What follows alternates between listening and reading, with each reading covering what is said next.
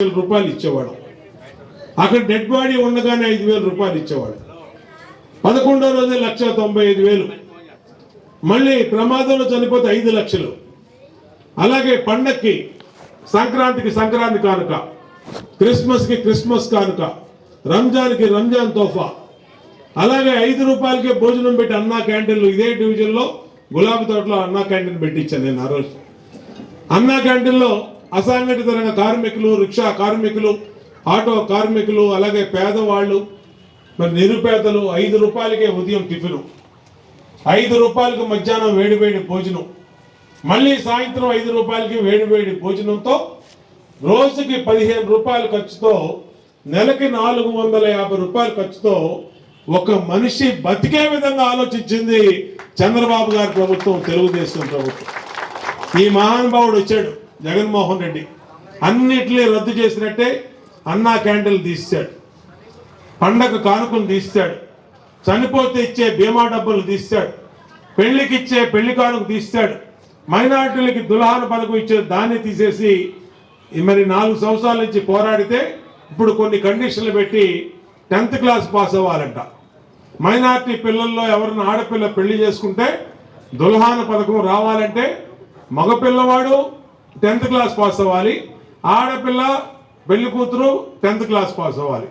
అంటే ఈడిచ్చే ముష్టి డబ్బులు తీసుకోవడానికి పెళ్లి కుదిరినటువంటి అమ్మాయి మళ్ళీ స్కూల్కి వెళ్ళి, పెళ్లి కొడుకు కూడా మళ్ళీ స్కూల్కి వెళ్ళి చదువుకొని 10th క్లాస్ పాస్ అయ్యి వస్తే అప్పుడు వీడు దుల్హాన్ ఇస్తాడు.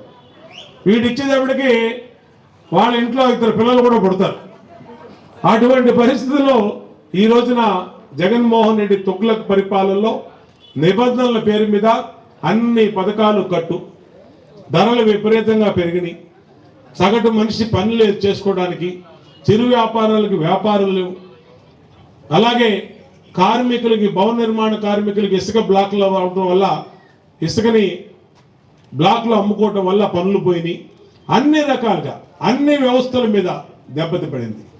అందుకనే నిన్న డిక్లరేషన్లో చంద్రబాబు నాయుడు గారు ప్రకటించారు, రేపు తెలుగుదేశం అధికారంలోకి వస్తే ఇవాళ ఇస్తున్నటువంటి 3,000 రూపాయల పింఛన్ని 4,000 పెంచుతా ఉన్నారు. 4,000.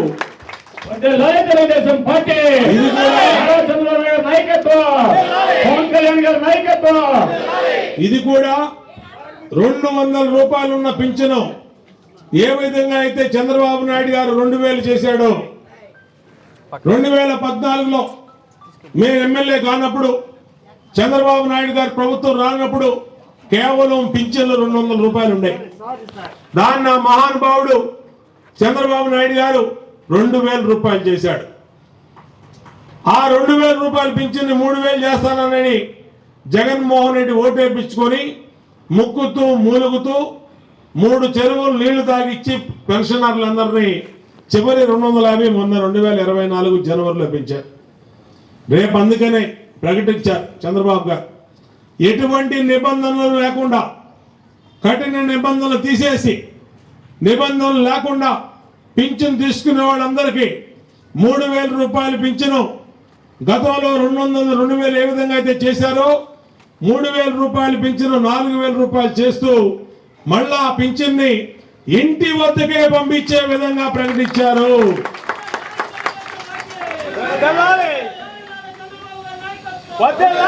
ఇవాళ ఏ విధంగా ఇళ్ల దగ్గరికే వచ్చి పొద్దున్నే 6 గంటలకు పింఛన్ ఇస్తున్నారో, రేపు జనసేన తెలుగుదేశం ప్రభుత్వం పవన్ కళ్యాణ్ గారు చెబుతా ఉన్నారని మా వృద్ధులకి, వితంతువులకి, వికలాంగులకి తెలియజేస్తా ఉన్నా. ఏ పథకం పెట్టినా తెలుగుదేశం పెట్టింది. సంక్షేమం అంటే తెలుగుదేశం. చంద్రబాబు గారు 2014, 2019 ప్రభుత్వంలో నిత్య కళ్యాణం లాగా 5 సంవత్సరాలు స్వర్ణయుగం, రేపేంటో అనే భయం లేకుండా బతికాం. ఇవాళ జగన్మోహన్ రెడ్డి వచ్చినాక ప్రతి రోజు రేపేంటి అనేది ఒక దిగులైపోయింది. 1వ తారీఖు వస్తే ఆడవాళ్ళు వణికిపోతున్నారు. పెరిగిన కరెంటు బిల్లులు ఎలా కట్టుకోవాలి, ఆకాశాన్ని దాటి చుక్కలు చూపిస్తున్న నిత్యావసర సరుకులు ఎలా కొనుక్కోవాలి, చెత్త పన్నులు ఎలా కట్టుకోవాలి, ఇంటి పన్నులు, నీటి పన్నులు పెద్ద మర్యాద అయిపోయింది. మా మహిళా సోదరి మళ్ళీకని విజ్ఞప్తి చేస్తా ఉన్నా. కాబట్టి ఇవాళ ఎన్ని సమస్యలకి పరిష్కారం hello AP, bye bye YCP. Pawan Kalyan గారి నినాదం ఇదే. Hello AP, bye bye YCP. ఈ ఒక్కటే మనకి మార్గం. ఈ దుర్మార్గుణ్ణి వైసీపీ ప్రభుత్వాన్ని రాష్ట్ర బోర్డర్ దాటిచ్చే వరకు, తరిమి కొట్టే వరకు అందరూ కూడా సహకరించాలి. ఒక్క ఓటు కూడా వైసీపీకి పడకూడదు, గుర్తుపెట్టుకోండి. ఒక్క ఓటు కూడా వైసీపీకి వేయకుండా ప్రతి ఒక్కళ్ళు కూడా 10 మంది బాధ్యత తీసుకొని, 10 మంది 100 మంది బాధ్యత తీసుకొని మన సమూహం అంతా కూడా అందరం కూడా ఏకం కావాలని విజ్ఞప్తి చేస్తా ఉన్నా.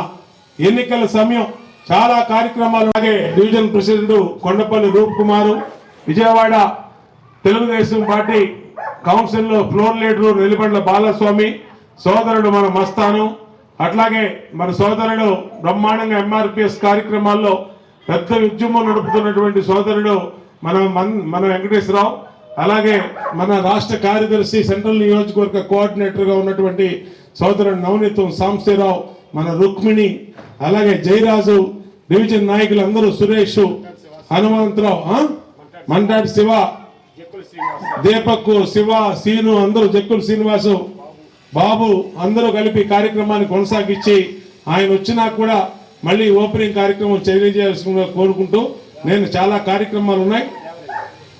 బేవర్ వెంకట్రావు ప్రధాన కార్యదర్శి, చాలా కీలకమైన నాయకుడు. అందరికీ పేరు పేరున అభినందనలు తెలియజేస్తూ మీ అందరి దగ్గర సెలవు తీసుకుంటాం.